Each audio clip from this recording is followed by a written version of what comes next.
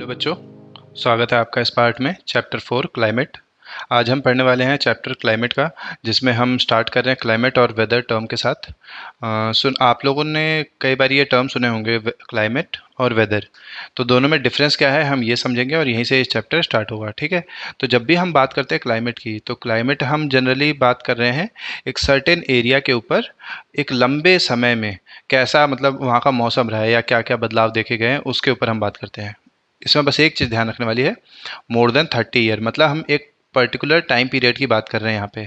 वहीं आपने वेदर भी कई बार टर्म सुना होगा। वेदर आपका, आपके फ़ोन में एक ऐप भी आप देखेंगे वेदर नाम से, यानी जो आपके डेली मौसम के बारे में जानकारी दे रहा है। यानी हम जब बात कर रहे हैं वेदर की, तो हम स्टेट ऑफ एटमॉस्फेयर, लेकिन एक पर्टिकुलर एरिया और एक पर्टिकुलर टाइम की बात कर रहे हैं। मतलब आज हमारा मौसम कैसा है, कल कैसा होगा, परसों कैसा होगा। हम इसमें वेदर में हम ये चीज़ें देखते हैं, लेकिन जब हम क्लाइमेट की बात करते हैं तो हम इसमें कई सालों का एक, समझ लीजिए कि एक एवरेज के तरीके से देख रहे होते हैं। जैसे मान लीजिए यूपी में अगर हम बात करें पर्टिकुलरली उत्तर प्रदेश की, तो उत्तर प्रदेश में जनवरी के समय कैसा मौसम रहता है, ये हमें कैसे पता चलेगा। पिछले कई सालों का डाटा उठाएंगे, देख के एक एवरेज तरीके से आइडिया लगा सकते हैं कि हाँ, इसके बीच में एक वेरिएशन हम देख सकते हैं। तो ये हम पता लगा पा रहे हैं ओवर द 30 ईयर्स के बेसिस पे। लेकिन एक पर्टिकुलर एग्जैक्ट बताने के लिए कि हाँ भाई कल मौसम कैसा होगा, तो वेदर का ही हमें सहारा लेना पड़ेगा। अब बात कर लें इन दोनों के एलिमेंट्स की, यानी इन दोनों में हम चीज़ें क्या देख रहे हैं। तो एलिमेंट दोनों की ही सेम है। क्या एलिमेंट है? पहला टेम्परेचर, यानी हम दोनों में ही टेम्परेचर को देखते हैं। Atmospheric pressure, wind, humidity, precipitation. Precipitation बोले तो बारिश। ह्यूमिडिटी, हवा में पानी का कितना मॉलिक्यूल्स वगैरह है। विंड, हवा किस साइड जा रही है, साउथ वेस्ट है, नॉर्थ ईस्ट है, या किस तरीके से हवा का मूवमेंट रहने वाला है उसके बारे में। एटमॉस्फेरिक प्रेशर, हवा का दबाव कितना रहेगा। देखिए गर्मी ज़्यादा होगी तो हवा ऊपर की तरफ उठेगी और एटमॉस्फेरिक प्रेशर कम हो जाएगा। वहीं पे ठंड वाला मौसम होगा तो हवा ज़्यादा नीचे की तरफ होगा, एटमॉस्फेरिक प्रेशर बढ़ जाएगा। इसके बारे में अभी दोबारा देख लेंगे। टेम्परेचर, जैसे जुलाई के समय देखिए दिल्ली वगैरह में गर्मी बहुत ज़्यादा होती है, वहीं पे दिसंबर आते आते टेम्परेचर बहुत कम हो जाता है। तो ये हो गया इसके कुछ बेसिक एलिमेंट्स, ठीक है। तो एलिमेंट दोनों के सेम है, लेकिन बस एक चीज़ आपको क्लाइमेट में याद रखना है, वो है 30+ ईयर वाला कॉन्सेप्ट, कि 30 से ज़्यादा साल का इसमें बेसिक हम देख रहे होते हैं, ठीक है। चलिए, डू यू नो में वहाँ आप अगर अपने बुक में देखेंगे तो एक टर्म दे रखा है मौसम, कि जो हमारा शब्द जो मानसून है, वो मानसून शब्द अरेबिक वर्ड मौसम से आया है। और इसका मतलब ये होता है सीजनल रिवर्सल की बात कर रहे होते हैं हम। यानी हम जब भी बात करते हैं मानसून का, तो इसमें हम सीजनल रिवर्सल की बात कर रहे होते हैं। जनरली हवा किस तरफ जा रही थी और अब हवा किस तरफ से बदल गई है। तो विंड के रिवर्सल की बात, की विंड की डायरेक्शन चेंज हो चुकी है किसी पर्टिकुलर टाइम पीरियड में, तो उसी को हम मानसून बोलते हैं। और जनरली हम मानसून बोलते हैं कि बारिश के आगमन को, कि हाँ भाई बारिश आ गया, मानसून आ गया, इस तरीके से हम बात करते हैं ना। चलिए आगे बढ़ते हैं। तो कह रहा है climate of India is described as monsoon type. यहाँ पे कुछ बेसिक फैक्ट देखें, अगर आप याद रख सकते हैं बढ़िया, वरना फिर बेसिक चीज़ें हैं कि समर के टाइम पे अगर हम बात करें, तो मरकरी मतलब जो टेम्परेचर है वो 50 डिग्री सेंटीग्रेड चला जाता है राजस्थान के एरिया में। जैसे श्री गंगानगर है या श्री गंगापुर है, देखिएगा वहाँ पे सबसे ज़्यादा टेम्परेचर चला जाता है। वहीं पे पहलगाम जो JNK में है, वहाँ 20 डिग्री तक टेम्परेचर चला जाता है गर्मियों में। और विंटर की रातों की अगर हम बात करें कि सर्दियों में रातों कितना टेम्परेचर, कह रहा है द्रास में जो कि JNK में, वहाँ -45 डिग्री। वहीं सियाचिन वगैरह में देखेंगे तो इससे भी ज़्यादा जा सकता है। तिरुवनंतपुरम, कह रहा है दूसरी तरफ अगर हम तिरुवनंतपुरम को देखें तो वहीं पे टेम्परेचर 22 डिग्री के आसपास है। ऐसा इसलिए क्योंकि ये कोस्टल एरिया हो गया, तो कोस्ट की विंड की वजह से वहाँ पे ज़्यादा टेम्परेचर वेरिएशन देखने को नहीं मिलता। ये अभी हम आगे समझेंगे। प्रेसिपिटेशन, यानी बारिश कितनी हो रही है। तो इसमें बेसिक आप ये समझ लीजिए कि जैसे 10 सेंटीमीटर इन लद्दाख, एनुअल प्रेसिपिटेशन की बात करें तो लद्दाख हो गया या राजस्थान हो गया, वहाँ पे बारिश बहुत कम होती है। वहीं मेघालय, मेघों का आलय है, यानी जहाँ पे मेघ रहते हो, तो 400 सेंटीमीटर तक वहाँ पे एवरेज रेनफॉल होती है, ठीक है। तो हम यहाँ बात करें कि सालाना हमारे यहाँ कितना वेरिएशन हम देख सकते हैं, तो वहीं हमने देखा कि यहाँ पे टेम्परेचर का वेरिएशन देख लिया हमने, रेन का वेरिएशन देख लिया। वहीं पे कह रहे हैं इन जनरल कोस्टल एरियाज में अगर आप जाएंगे तो वहाँ पे टेम्परेचर कंडीशन में ज़्यादा आपको देखने को बदलाव नहीं मिलेगा। रीज़न, क्योंकि कोस्ट के किनारे हैं। तो आपने एक फीचर सुना होगा सी ब्रीज लैंड ब्रीज करके। सिक्स क्लास में, सेवन्थ क्लास में आपने पढ़ा होगा, सी ब्रीज, लैंड ब्रीज। उसमें क्या होता है, एक तरफ से समुद्र से हवाएं कोस्ट की तरफ आती हैं और फिर बाद में होता है कि कोस्ट से हवाएं समुद्र की तरफ जाती हैं। तो इस तरीके से जो कोस्टल एरियाज़ होते हैं, यानी कोस्ट के आसपास वाले एरियाज़ में ज़्यादा टेम्परेचर वेरिएशन नहीं देख सकते। यहीं पे अगर आपसे कोई क्वेश्चन पूछ ले कि इंडिया के मैप के केस में कि सबसे ज़्यादा टेम्परेचर वेरिएशन हम कहाँ पर देख सकते हैं, तो बस आपको ये याद रखना है, टेम्परेचर वेरिएशन बिल्कुल इनर पार्ट ऑफ कंट्रीज़ में देखने को मिलेगा, कोस्टल एरियाज़ में नहीं। रीज़न, दिन हो चाहे रात हो, दोनों के बीच, जैसे मान लीजिए दिन में यहाँ टेम्परेचर चला गया 34 डिग्री सेल्सियस, वहीं रात को गया हार्डली 22, तो डिफरेंस देख लीजिए इनके बीच का कि मान लीजिए 12 डिग्री का है। वहीं दिल्ली में जुलाई के टाइम पे समझिए जैसे दिन में चला गया टेम्परेचर 50 डिग्री के आसपास, रात को चला गया यहीं पे 32 के आसपास, तो जो वेरिएशन देखेंगे तो 18 डिग्री का। तो यहाँ पे टेम्परेचर वेरिएशन ज़्यादा है, यहाँ पे उतना हम नहीं देख पा रहे।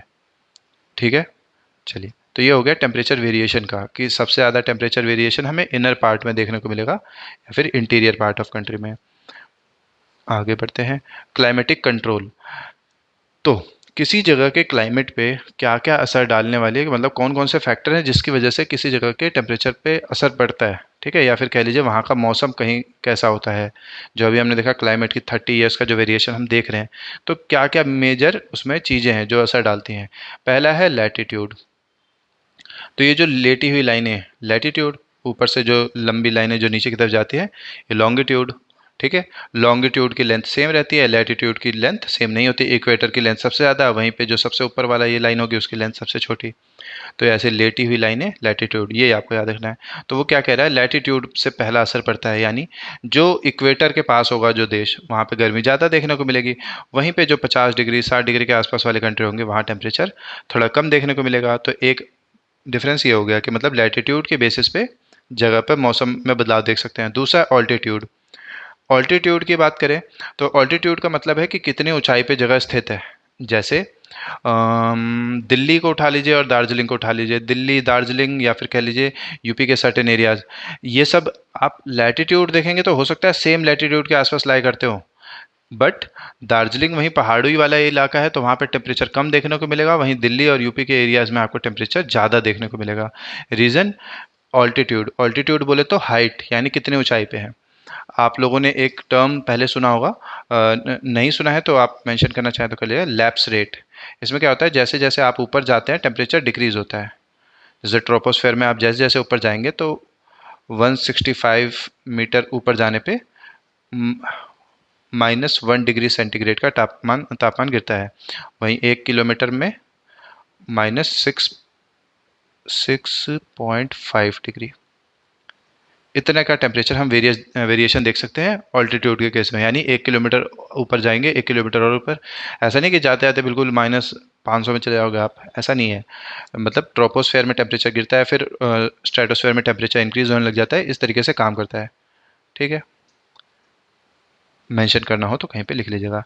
दूसरा है प्रेशर एंड विंड सिस्टम, यानी हवाएं कहाँ पर किधर को चल रही है, इसके बारे में हम अभी चैप्टर में आगे देखेंगे। एक है डिस्टेंस फ्रॉम सी, ये वाला कॉन्सेप्ट देख लेते हैं। जैसे ये जो गर्म वाली लाइन आप देख रहे हो, इसे हम कहते हैं वार्म ओशन करंट, और ये जो आप नीली वाली लाइनें देख रहे हैं इसे हम कहते हैं cold ocean current.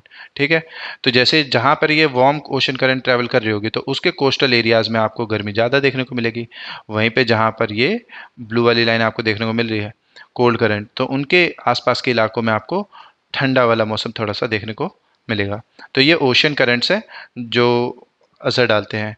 Distance from सी, अभी जैसा कि मैंने आपको बताया कि कोस्टल एरियाज़ में अगर आप इंडिया के हैं तो कोस्टल एरिया में आपको टेम्परेचर वेरिएशन कम देखने को मिलेगा, वहीं सेंट्रल एरियाज़ में टेम्परेचर वेरिएशन ज़्यादा। यानी इसी को हम कॉन्टिनेंटैलिटी बोलते हैं, यानी समुद्र के बिल्कुल पास में है तो दिन और रात में ज़्यादा आपको तापमान में अंतर देखने को नहीं मिलेगा, वहीं जितना अंदर वाले भाग में होंगे देश के उतना ही ज़्यादा आपको तापमान में मतलब अंतर देखने को मिलेगा। ठीक है, ये हो गया आपका distance from sea. Relief features, उसमें आप ये वाला कॉन्सेप्ट आप देख सकते हैं रिलीफ फीचर में। इसमें ओरोग्राफिक रेनफॉल की बात की गई है, ओरोग्राफिक रेनफॉल। ओरोग्राफिक में ओरो वर्ड का मतलब होता है माउंटेन, यानी होता क्या है कि जो जैसे मान लीजिए पहाड़ है तो हवा इस तरफ से ऊपर आए, ऊपर उठते उठते उठते होगा क्या कि इसी तरफ कंडेंस होके वो इसी तरफ बारिश गिरा देगी। ठीक है। तो पहाड़ों का एक साइड, यानी जो फ्रंट वाला साइड है, वहीं पे बहुत ज़्यादा बारिश होगी और इस वाले साइड को आप देख सकते हो हरा भरा हो रखा हुआ। वहीं पे जो बैक साइड है, इसी को लीवर्ड साइड भी बोलते हैं। तो जो लीवर्ड साइड ऑफ माउंटेन है, वहाँ पर आपको सूखा देखने को मिलेगा। ठीक है, यहाँ से ड्राई डिसेंडिंग एयर नीचे की तरफ निकल जाएगी। क्लियर। इसे रेन शेडो भी बोल सकते हैं या फिर लीवर्ड साइड भी। ये है रिलीफ फीचर का आपका एक पार्ट की माउंटेन पे आपके साइड पे है, उससे भी फर्क पड़ता है। चलिए, फैक्टर अफेक्टिंग इंडिया क्लाइमेट, यानी हमारे देश के क्लाइमेट को असर डालने वाली क्या क्या चीज़ें हैं, मतलब उन्हीं 6 फैक्टर्स में से कुछ फैक्टर्स के बेसिस में। पहला, लैटिट्यूड। लैटिट्यूड की बात करें तो 8 डिग्री 4 मिनट से लेकर 37 डिग्री 6 मिनट नॉर्थ के बीच में हमारा देश पूरा है। तो वहीं पे हम ट्रॉपिकल और सब ट्रॉपिकल की हम बात कर रहे होते हैं कि हमारा देश ट्रॉपिकल में भी है और सब ट्रॉपिकल में भी है।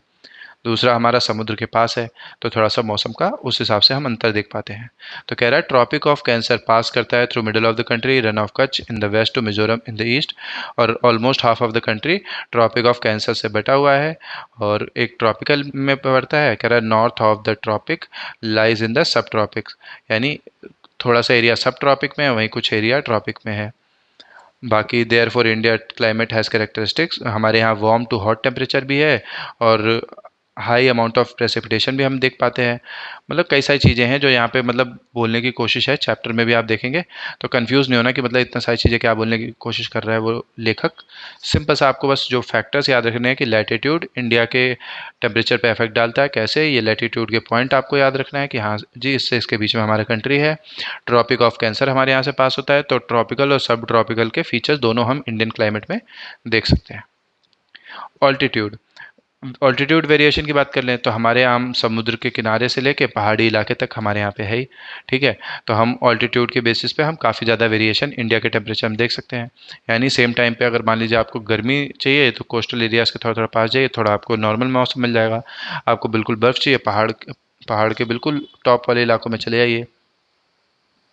प्रेशर एंड विंड सिस्टम, चलिए इसमें कुछ कुछ चीज़ें आपको समझने लायक है। कह रहा है climate and associated weather condition in India govern by the following atmospheric. पहला, pressure and surface wind, upper air circulation और वेस्टर्न साइक्लोनिक डिस्टर्बेंसेस। जो पुरानी बुक से पढ़ रहे होंगे, हो सकता है उनकी बुक में थोड़ा सा एक्स्ट्रा कंटेंट यहाँ देखने को मिलेगा, जैसे जो जेट स्ट्रीम धाराओं के बारे में आपके बुक में आपको देखने को मिल जाएगा। लेकिन जो नई बुक्स प्रिंट हुई हैं उनमें ये सब कुछ कॉन्सेप्ट कट कर दिया गया है। मैंने नई बुक के हिसाब से बनाने की कोशिश की है, लेकिन अगर आप वहाँ पढ़ना चाहें तो वेस्टर्ली जेट स्ट्रीम के बारे में भी थोड़ा बात की गई है, जो कि मेडिटेरेनियन सी के ऊपर से निकलती हैं और इंडिया की तरफ मूव करती हैं with the speed of 120 to 180 kilometre per hour, 10,000 metre के हाइट पे ट्रैवल करते हैं ऊपर। ठीक है, तो कह रहा है प्रेशर एंड सरफेस विंड्स। कह रहा है India lies in the region of north easterly wind. These winds originate from the subtropical high pressure belt of northern hemisphere. They blow southward, get deflected to the right due to Coriolis force, and move toward the equatorial low pressure area. Generally, these winds carry little moisture. They originate below from land. Therefore, they bring little or no rain. Hence, India should have been arid land. यानी अब यहाँ पे concept समझाने की कोशिश कर रहा है कि अगर ट्रॉपिक ऑफ कैंसर के ऊपर वाले इलाकों से देखें तो वहाँ से कुछ हवाएं नीचे आ रही हैं जो कि बिल्कुल ड्राई एयर है। अगर यही ड्राई एयर इंडिया की तरफ आ रही है तो इंडिया को तो बिल्कुल सूखा वाला एरिया होना चाहिए था। वो ये कहना चाह रहे हैं कि इंडिया बिल्कुल एरिड लैंड होता है। एरिड का मतलब जैसे आपको राजस्थान का जो टेम्परेचर या फिर कह लीजिए वहाँ पे पेड़ पौधे या फिर वहाँ का जो एरिया जैसा देखने को मिलता है आपको, वो एरिड लैंड का एग्जाम्पल है सबसे बेस्ट। तो इंडिया तो ऐसा नहीं है। इंडिया में हमें बर्फ़ भी देखने को मिल रही है और काफ़ी हरियाली वाले इलाके भी हैं। पूरा का पूरा एरिड तो नहीं है। तो उसके पीछे कॉन्सेप्ट क्या है, तो वहीं पे अच्छा उस कॉन्सेप्ट को समझें उससे पहले कोरियोलिस फोर्स समझ लेते हैं। कह रहा है an apparent force cause by the earth rotation, Coriolis force responsible है reflecting wind toward the right in the northern hemisphere, toward the left in the southern hemisphere.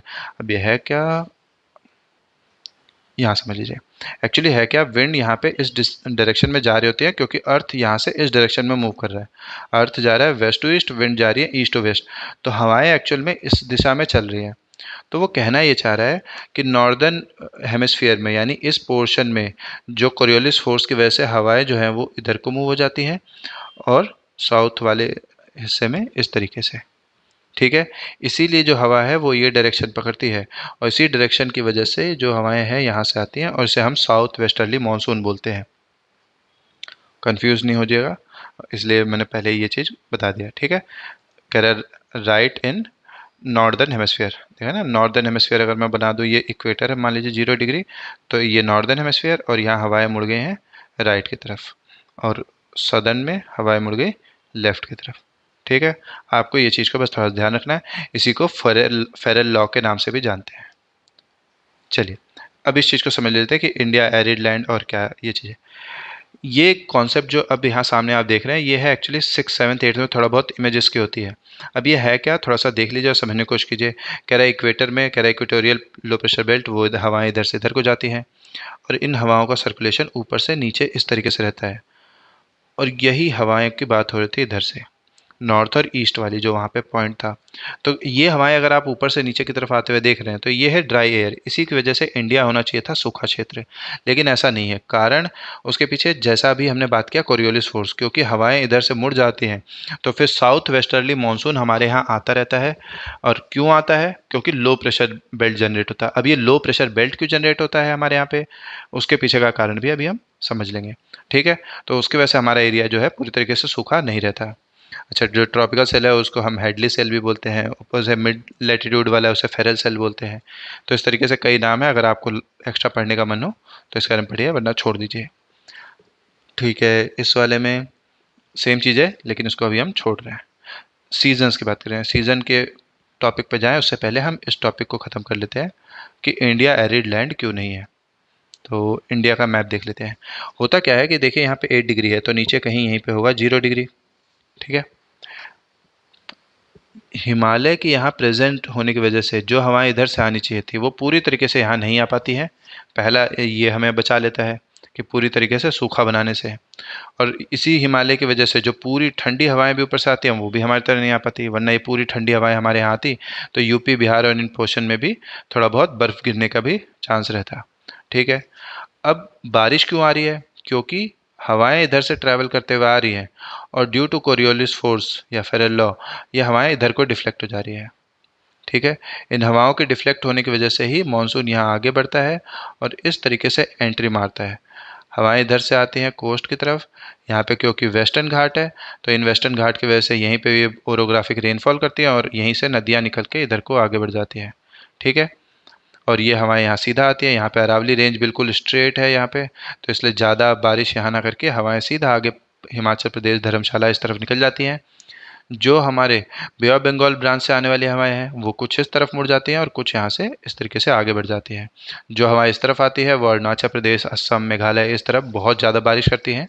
इसलिए ब्रह्मपुत्रा देखेंगे, मैप पे कभी आप ब्रह्मपुत्रा देखें बहुत चौड़ा सा है, क्योंकि पानी बहुत ज़्यादा इधर मतलब बारिश होते हैं। बाकी ये हवाएं जैसे जैसे यहाँ आगे बढ़ती रहती हैं वैसे वैसे इनके बीच में ब्रेक हमें देखने को मिलता रहता है। क्यों, क्योंकि बारिश जैसे जैसे आगे बढ़ती है तो इट्स लाइक जैसे आपकी जेब में बहुत सारे मैं सिक्के भर दूं और आपको दौड़ाऊं, तो सिक्के शुरू शुरू में गिरने लग जाएंगे, धीरे धीरे धीरे गिरते गिरते काफ़ी कम हो जाएंगे। तो जैसे जैसे बिल्कुल एंड में पहुंचेंगे तो कम आपकी जेब से सिक्के गिरेंगे। उसी तरीके से पानी भी है, बादलों में समझ लीजिए पानी आया और रास्ते में ज़्यादा गिरेगा, धीरे धीरे करते करते कम हो जाएगा, ठीक है। तो चलिए समझना चालू करते हैं सीज़न। मेनली इंडिया में हम 4 सीजन्स के बारे में पढ़ते हैं, वही हम इस चैप्टर में देखेंगे, कौन से सीज़न के पीछे क्या कारण है वो समझेंगे। कह रहा है weather condition greatly change from one season to the other, these changes are particularly noticeable in the interior part of country. जैसा कि अभी हमने देखा कि कॉन्टिनेंटैलिटी की वजह से, यानी कोस्टल एरियाज में आपको ज़्यादा वेरिएशन देखने को नहीं मिलता, इंटरनल में ज़्यादा वेरिएशन देखने को मिलता है। The coastal areas do not experience much variation in temperature though there is a variation in rainfall pattern, यानी बारिश और इन सब चीज़ों में बदलाव हम देख सकते हैं लेकिन टेम्परेचर में ज़्यादा नहीं। How many season are experienced in your place, जानने की कोशिश कीजिए कि आप जहाँ पर हैं वहाँ पे कितने सीज़न आप फील कर पाते हैं। मोस्टली अगर आप यूपी बिहार और इस साइड है तो आप ये चारों के चार आप महसूस कर पाते होंगे। चलिए देखते हैं। पहला है कोल्ड वेदर सीजन, यानी ठंड का आगमन, जो कि जनरली आप जो अगर नॉर्दर्न एरिया में रहते हैं तो आप देखते हैं कि अक्टूबर से धीरे धीरे टेम्परेचर कम होना लग जाता है, नवंबर में धीरे धीरे ठंड बढ़ती है और दिसंबर, जनवरी, फरवरी एक अच्छा ठंडा मौसम रहता है इस पूरे एरिया में, और पहाड़ों में बहुत ज़्यादा बर्फ गिरती है। तो चलिए कोल्ड वेदर सीजन के बारे में समझते हैं। अब ये सीज़न का चेंज क्यों आता है या चेंज ऑफ सीज़न, उसके लिए ये एक छोटा सा कॉन्सेप्ट आप समझ लीजिए। अब मेरे पास लाइव में तो नहीं है आपके, मैं आपको किसी बॉल की मदद से समझाऊं कि कैसे ये चेंजेस आते हैं, बट आप समझने की कोशिश कीजिएगा। तो बीच में है सूर्य देवता और अर्थ, इनके चक्कर लगा रही है चारों तरफ, और हम पर्टिकुलर फिक्स सर्कल में चक्कर नहीं लगाते। हमारा जो पाथ है वो थोड़ा एलिप्टिकल है, यानी अंडाकार टाइप है। और अर्थ जो अपनी एक्सिस पे है वो थोड़ी सी टिल्टेड है, यानी अर्थ का जो आप ड्राइंग देखते हो, ये इक्वेटर जो बीच में आप देखते हो, तो एक्चुअल में ऐसा ना हो के इक्वेटर समझिए ऐसा है, यानी अर्थ अपने पोजीशन पर टिल्टेड होने की वजह से एक्सिस इस तरीके से है। ठीक है, और हम हैं नॉर्दर्न हेमिस्फीयर में, इंडिया कुछ इस तरीके से समझ लीजिए। ठीक है, ये मैं इसलिए समझा रहा हूँ ताकि आपको ये समझ में आ पाए कि गर्मियाँ क्यों आती हैं, सर्दियाँ क्यों आती है। ठीक है। अच्छा, कई बारी हमें ये लगता है कि एलिप्टिकल ऑर्बिट है, तो जब हम पास में आते होंगे इस जगह पे, तो इधर कहीं गर्मी हो जाती होगी, और जब हम दूर जाते हैं तो सर्दी हो जाती है। ऐसा नहीं है। कॉन्सेप्ट यहाँ पर ये है कि क्योंकि अर्थ टिल्टेड है, तो जब हम इस पोजीशन पे होते हैं तो यहाँ पे हमारे यहाँ ठंड होती है, और जब हम इस पोजीशन पे होते हैं तो हमारे यहाँ पे गर्मी होती है। वहीं इस वाले पोजीशन में जब हम होते हैं तो हमारे यहाँ स्प्रिंग, और नीचे वाले में ऑटम। अब ये कारण क्या है ये भी समझते हैं। ठीक है, क्योंकि अर्थ टिल्टेड है, तो जब इस पोजीशन में अर्थ आती है 22 दिसंबर को, तो क्योंकि हम सन से दूर हो जाते हैं, हम नॉर्दर्न हेमिस्फीयर में ऊपर की तरफ होते हैं, इस वजह से हमारे यहाँ पे ठंडी होने लग जाती है। वहीं यहाँ पे हम इस वाले पोजीशन पे होते हैं तो हमारे यहाँ पे गर्मी होने लग जाती है। यहीं कहीं से हम बिल्कुल सामने होने लग जाते हैं, तो इधर से लेके यहाँ तक हमारे यहाँ एक अच्छा खासा गर्मी वाला मौसम बना रहता है। केवल 21 जून को नहीं, 21 मतलब अप्रैल मई से धीरे धीरे टेम्परेचर बढ़ना चालू होता है, करते करते करते जून आ जाता है, जुलाई अगस्त करते करते फिर यहाँ पे रेनफॉल चालू हो जाती है, और धीरे धीरे सितंबर करते करते दिसंबर के आसपास तक हम मौसम में बहुत ज़्यादा वेरिएशन देख पाते हैं। ठीक है, तो कोल्ड वेदर सीजन जिसे हम विंटर के नाम से जानते हैं। ठीक है, कह रहा चालू होता है मिड नवंबर से नॉर्दर्न इंडिया में, और रहता है till February. December and January जो है सबसे कोल्डेस्ट मंथ है northern part of the India के।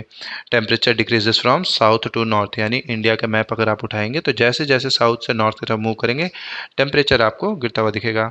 एवरेज टेम्परेचर ऑफ चेन्नई किसी ईस्टर्न कोस्ट के पास देखेंगे तो 24 से 25 डिग्री सेल्सियस होगा। वहीं नॉर्दर्न प्लेन में आएंगे तो 10 से 15 डिग्री सेल्सियस के आसपास।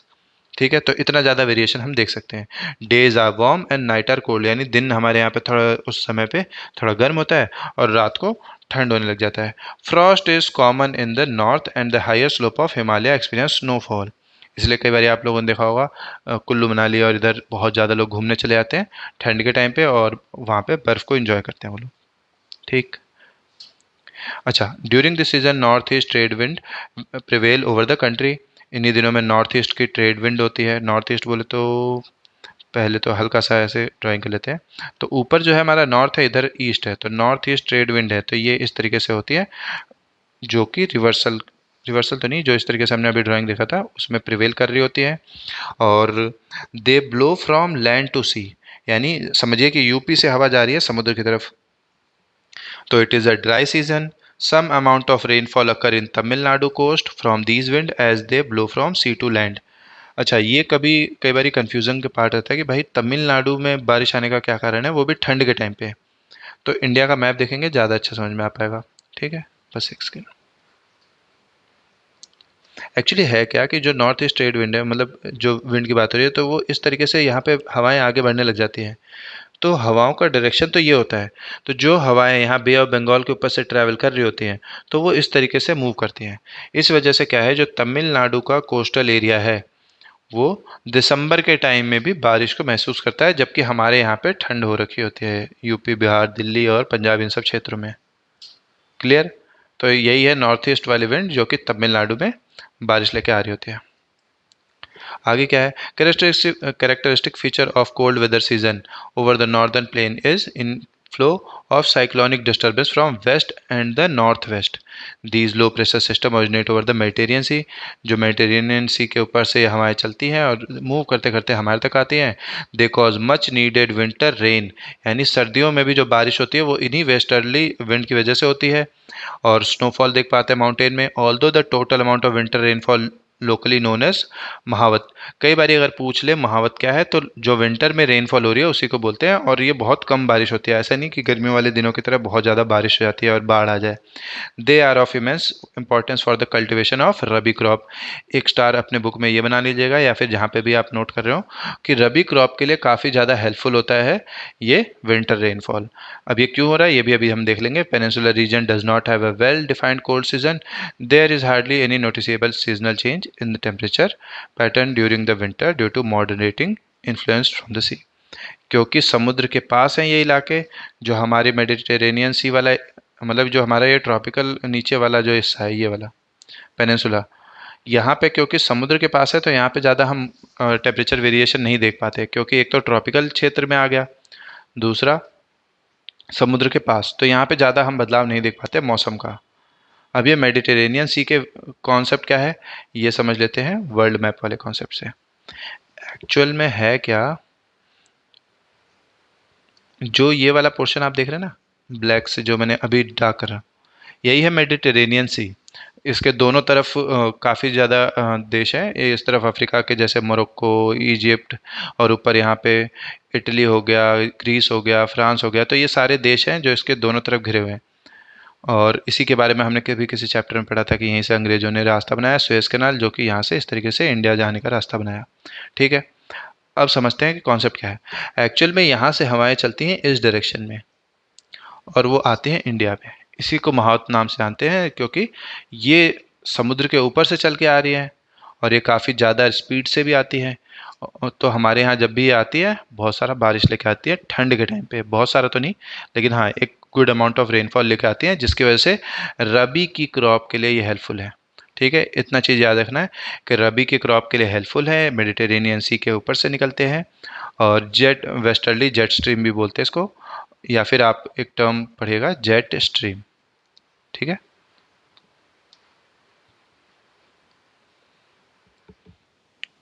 तो चलिए अब हम समझते हैं हॉट वेदर सीजन के बारे में, जिसे हम समर के नाम से भी जानते हैं। तो क्या कह रहा है कि due to apparent northward movement of the sun global heat belt shift northward. अब ये क्या चीज़ है कि global heat belt shift northward. तो इसके लिए आपको एक छोटा सा चीज़ मैं ग्लोब पे समझा देता हूँ, और एक टर्म भी आप लिख लीजिएगा यदि आप और समझना चाहें। एक टर्म है जिसे हम बोलते हैं ITCZ। ठीक है, inter tropical convergence zone. Actually में है क्या, जो सन का मूवमेंट है कहाँ गया, इस वाले चार्ट से अगर हम समझे तो जो सन का एक्चुअल मूवमेंट है ना, वो हमारा ट्रॉपिक ऑफ कैंसर से लेकर ट्रॉपिक ऑफ कैप्रिकॉन के बीच में ही रहता है। इसलिए इंटर ट्रॉपिकल कन्वर्जेंस जोन यानी ट्रॉपिक्स के बीच में ही सन का मूवमेंट है। जैसे अगर हम सन को सामने सामने अगर हम देखें यहाँ पे, तो सन का जो एक्चुअल फेस है, कुछ अगर मैं इस तरीके से बना दूँ, ये हो गया आपका 0 डिग्री इक्वेटर, यही होगा ट्रॉपिक ऑफ कैंसर, नीचे होगा ट्रॉपिक ऑफ कैप्रिकॉन। तो जो सन का मूवमेंट है ना एक्चुअल फेस, वो इसी के सामने सामने रहता है। तो यहाँ पे जो बोल रहा है कि सन का मूवमेंट जो नॉर्थवर्ड है वो है क्या, अभी देखिए जो सन का हम फेस देख रहे हैं वो यहाँ पे है ट्रॉपिक ऑफ कैप्रिकॉन की तरफ।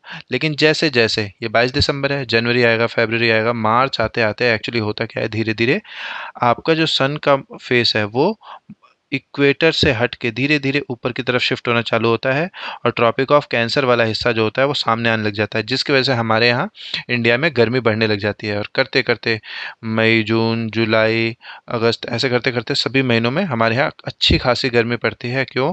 क्योंकि सन का जो एक्चुअल फेस है वो हमारे ट्रॉपिक ऑफ कैंसर की तरफ है। तो वही वो कह रहा है कि apparent movement of sun, actually sun तो मूव नहीं कर रहा, हम उसके आसपास जो चक्कर काट रहे हैं और हमारे एक अलग डायरेक्शन में आ जाने की वजह से हीट बेल्ट जो है वो नॉर्थवर्ड शिफ्ट हो जाता है। तो कह रहा है from March to May hot weather season in India धीरे धीरे बढ़ने लग जाता है। Influence of shifting to heat belt can, मतलब हम उसको देख सकते हैं इन टेम्परेचर रिकॉर्डिंग, जो कि मार्च और मई के बीच में लिया जाता है, वो भी अलग अलग लैटिट्यूड्स पे। कह रहा है मार्च में हाईएस्ट टेम्परेचर 38 डिग्री के आसपास होता है और डेक्कन प्लेट्यू में, वहीं अप्रैल के समय 42 डिग्री सेल्सियस चला जाता है, जो एमपी और गुजरात में आप देख सकते हैं। और मई आते आते 45 डिग्री सेल्सियस तक हम देख सकते हैं। इसलिए आपने देखा होगा दिल्ली के कई इलाकों में कई बार क्या होता है, यहीं पे 50 डिग्रीज तक भी तापमान चला जाता है। तो गर्मियाँ बढ़ती रहती हैं इस दौरान। और उसी समय कह रहा है in peninsula India temperature remain lower due to moderating influence of ocean, यानी क्योंकि यहाँ पे समुद्र का थोड़ा कह लीजिए क्लोजनेस है, जिसकी वजह से यहाँ पे उतना हमें अंतर देखने को नहीं मिल रहा जितना कि हम नॉर्थवर्ड एरिया में देख रहे हैं। Summer month experience rising temperature and falling air pressure in northern part of the country. तो एयर प्रेशर घटने से क्या मतलब है, आपको एक मैं एग्जांपल बताता हूँ जिससे आपको एयर प्रेशर हाई और लो का कॉन्सेप्ट समझ में आ जाएगा। मतलब अब इसका प्रैक्टिकली आप समझिए या फिर जो भी कहानी सुन लीजिए। आपके घर में देखिए एग्जॉस्ट फैन जो लगा होगा, जो किचन में यूज़ होता है, ठीक है। एग्जॉस्ट फैन आप देखेंगे हमेशा टॉप पर लगा होता है, ठीक है। मतलब ज़्यादा ऊंचाई वाली जगह पे लगाते हैं, क्यों? क्योंकि गर्म हवा जो होती है, हॉट एयर राइजेस अप, जब हवा गर्म होती है तो वो ऊपर उठने लग जाती है, ठीक है। तो एग्जॉस्ट फैन से होके बाहर निकल जाती है वो गर्म गर्म हवा, जो किचन में हम कुछ भी खाना कुक करते हैं, ठीक है। इसी कॉन्सेप्ट को बस आप याद रखिए कि जब सूर्य देवता हमारे यहाँ पे, मतलब जो इंटर ट्रॉपिकल कन्वर्जेंस जोन है, जो कि नीचे शिफ्ट होने के बाद जब धीरे धीरे ऊपर आ रहा होता है, तो यहाँ पर खास करके इन इलाकों में गर्मी बढ़ने लग जाती है। गर्मी बढ़ने की वजह से जो यहाँ की हवा होती है वो हवा ऊपर की तरफ उठ जाएगी, यानी नीचे एक लो प्रेशर एरिया बिल्ट होता है। लो प्रेशर बिल्ट होने की वजह से जो एयर का मूवमेंट है वो इस तरीके से आगे बढ़ना चालू हो जाता है, ठीक है। अब शायद आपको समझ में आ रहा होगा कि समुद्र के ऊपर से हवाएं इंडिया की तरफ क्यों मूव करने लग जा रही है। रीजन ये है कि लो प्रेशर का बिल्ट होना इन नॉर्दर्न इंडिया। बस ये कॉन्सेप्ट आपको याद रखना है, आपको हमेशा याद रहेगा कि बारिश आती ही क्यों है। Toward the end of May, an elongated low pressure area develop in the region of extending from Thar to Thar Desert, जो कि यहाँ पे है, यहाँ से लेकर कह रहा है पटना, छोटा नागपुर, ये पूरा एरिया में एक लो प्रेशर बेल्ट बन जाता है। Circulation of air begin to set around this trough, यानी हवा इस तरफ मूव करने लग जाती है। अब एक चीज और कह रहा है, striking feature of this hot weather season is loo. लू का मतलब ये टॉयलेट वाला लू मत समझ लीजिएगा। लू हमारे यहाँ कहते हैं ना, गर्मी में कहते हैं कई बार कि लू लग जाएगी, बाहर नहीं जाइए ज़्यादा, या फिर हाइड्रेटेड रहना है। तो लू एक्चुअली में क्या होती है, strong gusty hot dry wind. ये वर्ड या टर्म याद रखना है आपको, स्ट्रॉन्ग है, गस्टी है, हॉट है, ड्राई है। इसमें सबसे खतरनाक बात यही है कि हॉट और ड्राई विंड है। आप बाहर जाएंगे आपको लगेगा कि नॉर्मल गर्मी है, लेकिन दिक्कत तब है कि वो हवा इतनी ड्राई है कि आपके अंदर का वाटर जो है वो जल्दी जल्दी बाहर निकलता चला जाएगा, due to in form of sweat या फिर वैसे, और आपको पता नहीं चलेगा। और ये कई बार डेथ का कारण भी बन जाती है लोगों के लू लगने से, ठीक है। तो इसलिए इन दिनों में कहते हैं कि प्रॉपर हाइड्रेटेड रहना चाहिए। These are strong gust wind blowing during the day over the north and the north west India, और sometime even continue late in evening, कई बार शाम तक भी चल रही होती है। डायरेक्ट एक्सपोजर फेटल भी हो सकता है आपके लिए, तो बचना चाहिए इस दिनों में। Dust storm are very common in the month of May in the northern India. The storm bring temporary relief. जब ये स्टॉर्म आते हैं तो थोड़ा थोड़ा कभी कभार रेन भी हो जाते हैं और माहौल थोड़ा ठंडा सा हो जाता है। और इसी सीज़न के दौरान हम लोकलाइज थंडर स्टॉर्म देख सकते हैं, कई बार तेज़ हवाएं चलने लग जाती हैं और बारिश होने लग जाती है। वेस्ट बंगाल में इसी समय को हम काल बैसाखी के नाम से जानते हैं, जब इस तरीके का मौसम बनने लग जाता है, ठीक है। और यहीं से हमारा चालू हो जाता है समर सीज़न, जिसे आप प्री मानसून कह सकते हैं। तो toward the close of summer season, जब समर सीज़न बिल्कुल क्लोज के करीब पहुंच जाता है, मई जून के आसपास, तो प्री मानसून शावर को हम केरला और कर्नाटका में देख सकते हैं, जो कि हेल्प करते हैं in the ripening of mangoes. इसलिए मैंगो शावर बोला जाता है इसको। याद रखना है मैंगो शावर क्या है, ये एक टर्म है जो कि रेफर करता है केरला वाले साइड में मैंगोज को। ये हवाएं जब चलने लग जाती हैं यहाँ पे, प्री मानसून वाली जब हवाएं आने लग जाती हैं, तो उनकी वजह से जो मैंगो है वो पकने में हेल्प मिलती है उनको, ठीक है। तो इसीलिए इसको हम लोग मैंगो शावर के नाम जानते हैं कि आम पक के गिरने लगेंगे, ठीक है। तो आम को पकने में हेल्प करता है, इसलिए मैंगो शावर, ठीक है। इससे हो गया। चलिए एडवांसिंग मानसून। अब एक चीज़ तो मैंने अभी आपको समझा दिया कि ये वाला एरिया जो है वो पूरा का पूरा लो प्रेशर बिल्ड हो जाएगा, जिससे हवाएं यहाँ से एंटर करने लग जाएंगी। और क्योंकि हवाएं समुद्र के ऊपर से आ रही हैं तो इनके अंदर बहुत सारा मॉइस्चर होता है, और वो मॉइस्चर ला के यहाँ गिरा देती हैं, और हमारे यहाँ पे बारिश हम देख सकते हैं, ठीक है। सो एडवांसिंग मानसून रेनी सीजन जिसको हम बोलते हैं, तो कह रहा है बाय अर्ली जून लो प्रेशर कंडीशन नॉर्दर्न प्लेन पे बन चुका होता है, बहुत गर्म गर्म मौसम होने की वजह से ये अट्रैक्ट करता है फ्रॉम द सदर्न हेमिस्फीयर से विंड को ये लेके आता है। और जो साउथ ईस्ट ट्रेड विंड है ओरिजिनेट करती हैं over the warm tropical areas in of the southern ocean, they cross equator and blow in the south westerly direction. मैंने आपको पहले बता दिया था, ड्यू टू कोरियोलिस फोर्स या फिर फेरल लॉ हवाएं इस तरीके से टर्न हो जाती हैं, और आप इस तरीके से अगर बनाएंगे, ऊपर नॉर्थ, नीचे साउथ, इधर ईस्ट, इधर वेस्ट, क्योंकि हमारे साउथ वेस्ट से एंटर कर रहे हैं इसलिए साउथ वेस्ट मानसून भी बोलते हैं, कंफ्यूज नहीं होना आपको। They cross equator and blow in the southwesterly direction, entering in the Indian Peninsula in the southwest monsoon.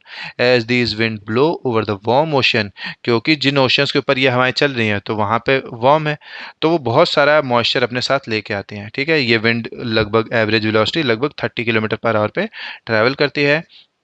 And कह रहा है with an exception of extreme north west monsoon wind come entry मतलब cover over the country about a month, महीने भर में लगभग cover कर लेती हैं। अब ये क्या बात है, ये भी देख लीजिए यहाँ पे, ये आपके बुक में भी आप मैप देख सकते हैं। यहाँ पे कह रहा है 1 जून के आसपास हवाएं यहाँ से एंट्री करना चालू कर चुकी होती हैं। जो इधर से हवाएं आती हैं वो वेस्टर्न घाट की वजह से यहीं पे बारिश गिरा देती है। ठीक है, तो 10 जून तक लगभग ये एरिया, 15 जून, 21 जून तक दिल्ली और ये वाला एरिया कवर हो जाता है। 1 जुलाई आते आते लगभग ऑलमोस्ट इंडिया कवर हो गया। यानी जून से लेके जुलाई आते आते 1 महीने में आप देख रहे हैं पूरा इंडिया कवर हो चुका है मानसून के मतलब लपेट में चपेट में जो भी कह लीजिए आ चुका है।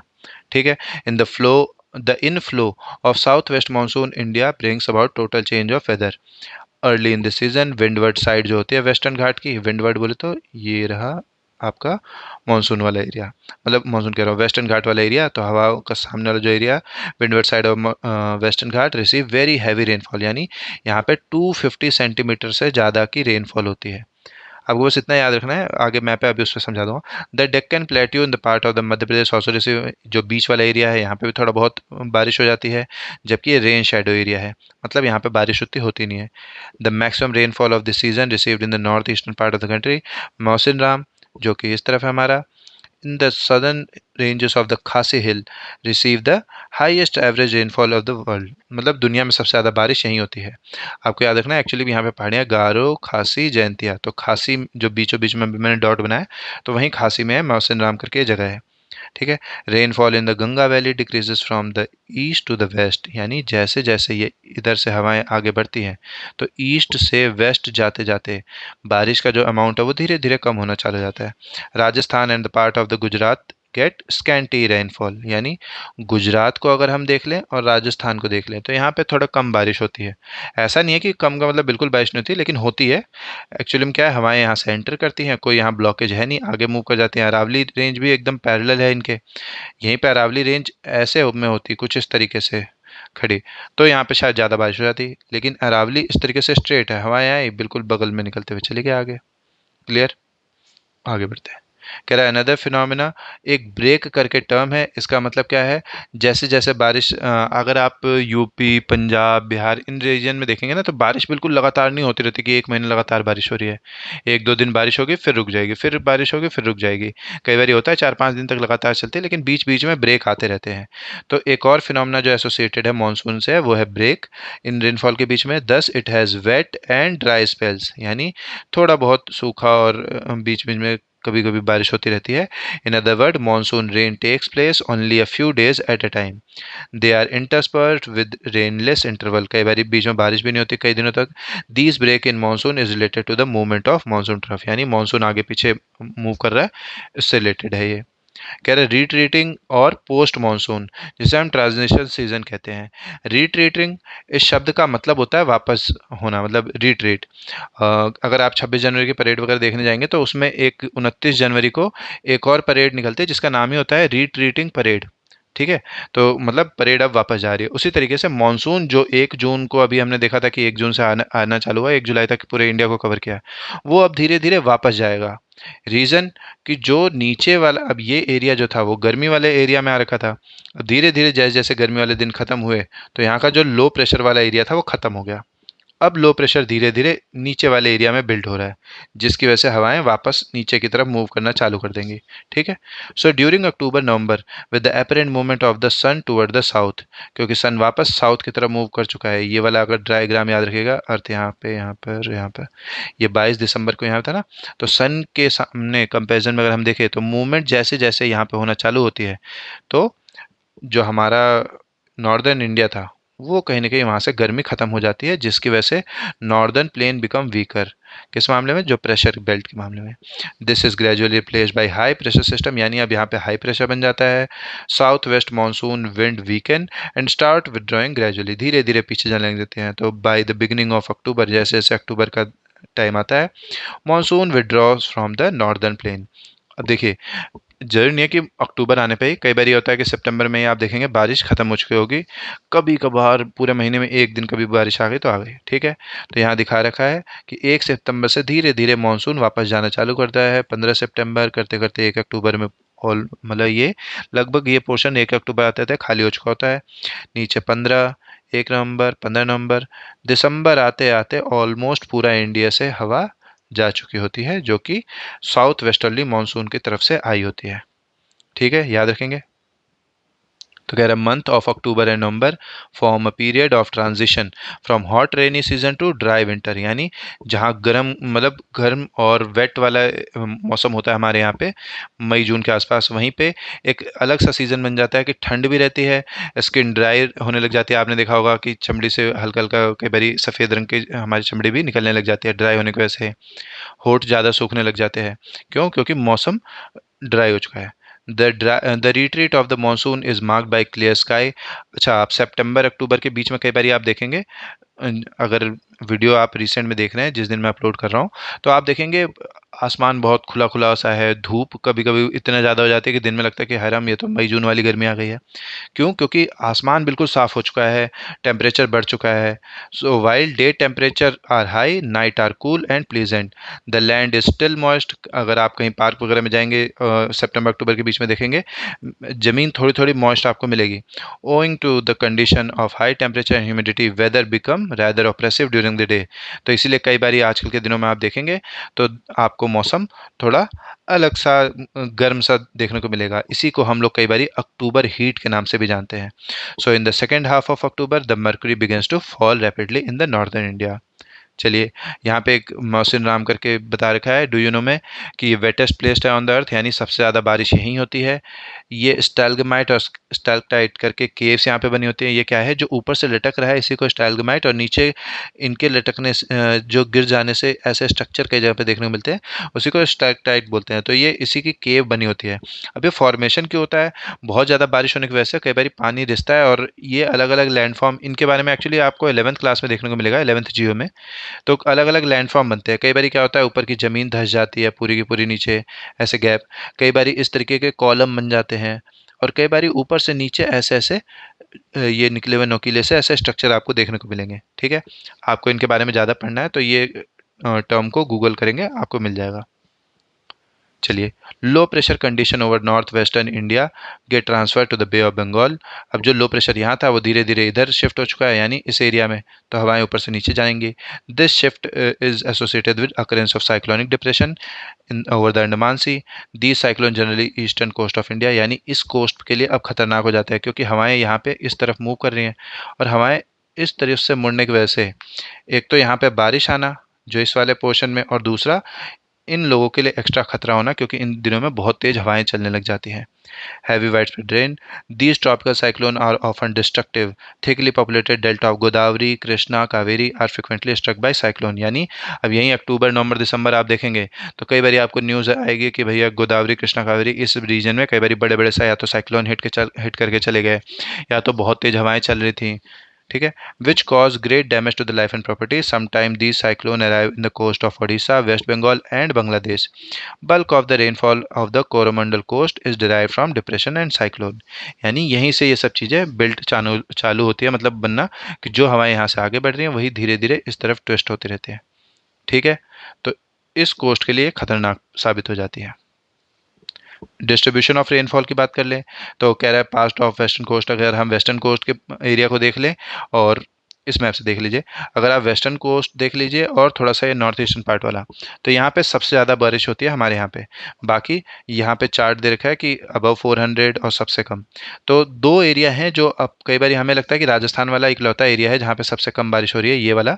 एक्चुअली इंडिया के बीच में यहाँ पे भी एक पहाड़ है, इसको आप मत भूल जाएगा। यहाँ पे भी कम बारिश होती है, और यहाँ पे भी एरिड जैसा मौसम देखने को मिलता है। एरिड मतलब एरिया देखने को मिलता है। सो कह रहा है part of north western coast and north eastern India receive over 400 centimetre of rainfall. वहीं पे अगर हम राजस्थान, गुजरात, हरियाणा, पंजाब की बात करें, कई जगहों पे 60 सेंटीमीटर से भी कम बारिश होती है। Rainfall is equally low in the interior of the Deccan plateau. East of Sahyadri, Deccan plateau और सह्याद्री वाले एरिया जो अभी मैंने बताया वहाँ पे भी कई जगह पे बहुत कम होती है बारिश। वाई डू दीज मतलब इन रीजन में कम बारिश क्यों हो रही है? A third of low precipitation ले इन जम्मू एंड कश्मीर, यानी कह रहा एक और भी एरिया है जहाँ कम बारिश होती है, वो ये वाला एरिया, ठीक है। Snowfall is restricted to the Himalayan region, यानी क्योंकि ये पूरी पहाड़ी एरिया है तो जैसा कि मैंने बताया था कि लैप्स रेट जैसे जैसे ऊपर जाएंगे तो हवा जब ज़्यादा ऊपर चले आती है ठंडी हो जाती है, ज़्यादा ठंडी होने से वो गोले बन के नीचे आ जाती है, गोले कह रहा हूँ ओले बन के। Owing to the nature of monsoon the annual rainfall is highly variable from year to year, यानी रेनफॉल हर साल अलग अलग हो सकता है डिपेंडिंग अपॉन टेम्परेचर, कि कितना ज़्यादा गर्मी पड़ी उस हिसाब से कितनी विंड्स ट्रैवल करके आई हैं। Variability is high in the region of low rainfall, such as Rajasthan, Gujarat, and the leeward side of Western Ghat. मतलब कह रहे हैं इन एरियाज में कई बार वेरिएशन ज़्यादा हो जाता है। As such while areas of the high rainfall are liable to affect by the flood, यानी कुछ एरिया ऐसे हैं जहाँ पे इतनी ज़्यादा बारिश हो जाती है कि बाढ़ ही आ जाती है, जैसे बिहार, और इधर आपने देखा होगा कि गंगा जी का पानी को ज़्यादा ऊपर आ गया था जिसकी वजह से काफ़ी बाढ़ आया। Area of low rainfall are drought prone, यानी जहाँ पे कम बारिश होती है वहाँ सूखा पड़ जाता है। अब राजस्थान के कई एरिया हैं जहाँ पूरा सूखे वाले क्षेत्र हैं, ठीक है। ये मैप बस आपको इतना याद रखना है कि इधर इधर और इधर कम बारिश हो रही है, ये पूरे पहाड़ों में ओले गिर जा रहे हैं, बाकी इस तरफ सबसे ज़्यादा बारिश, और ये वेस्टर्न घाट लीवर्ड साइड, यानी इस वेस्टर्न घाट के जो अपोजिट साइड वाला एरिया है वो कम बारिश मिलती है वहाँ पे भी। What why is the monsoon consider unifying bond, कह रहे एक कई बार ये सवाल आ जाता है तो इसलिए ये लाइन अगर आप कहीं लिखना चाहें तो लिख के रख लीजिएगा एज इट इज़, कि मानसून को हम यूनिफाइंग बॉन्ड के रूप में क्यों बोलते हैं। Monsoon considered as a unifying bond because it connect all of India, यानी पूरे इंडिया को जोड़ता है through its share experience of rainfall, यानी रेनफॉल को सभी लोग एक साथ फील करते हैं या फिर कह लीजिए इंजॉय करते हैं, और किसान उसी की वजह से खेती कर पाते हैं, ठीक है। तो क्योंकि सभी लोग इसको एक साथ एंजॉय कर रहे हैं इसलिए यूनिफाइंग बॉन्ड के रूप में देखा जाता है। Impact the climate and environment, हमारे आसपास पेड़ हरे भरे हो जाते हैं, कई लोग खेती कुछ ज़्यादा डिपेंडेंट है तो वो लोग भी काफ़ी इसके वजह से खुश हो जाते हैं आने से। And influences cultural practices like festival, कई फेस्टिवल तो बारिश के आसपास ही हैं तो इसलिए उनके लिए भी ये जोड़ने का काम करता है। थैंक यू दोस्तों। इस चैप्टर से रिलेटेड कोई डाउट हो प्लीज़ कमेंट करिएगा, और कुछ कुछ पॉइंट है जो ज़्यादा आपको ध्यान रखना है ये ब्रेक के बारे में, और कब मानसून आ रहा है, कब तक पहुंच रहा है, कब यहाँ से जाना चालू हो रहा है, कब यहाँ पे निकल जा रहा है पूरी तरीके से, स्पीड क्या है मानसून की, थोड़ा बहुत ये मैंगो शावर क्या होता है इसको ध्यान रखना है। लू का डेफिनेशन आप याद कर लीजिएगा, हॉट गस्टी ड्राई विंड, इस तरीके से, ठीक है। और साउथ वेस्टर्ली मानसून ही क्यों एंट्री कर रहा है, ठीक है। ये इसके बारे में महावत का मीनिंग क्या है ये याद रखना है आपको। ये डायग्राम वैसे तो छोटी क्लासेस में दे रखा होता है लेकिन अगर आप इसे याद रख पाएंगे तो ज़्यादा अच्छा रहेगा। सीजन्स, सीजन्स के आपको नाम याद रखने की कोशिश करना है ताकि आप इसको एग्ज़ाम में अटेम्प्ट कर पाएँ। कोरियोलिस फोर्स ये एग्ज़ाम में आता है कई बारी, तो इसको थोड़ा सा आप याद रखने की कोशिश करिएगा। फेरल लॉ क्या होता है, कोरियोलिस फोर्स क्या होती है। ठीक है दोस्तों, बाय बाय।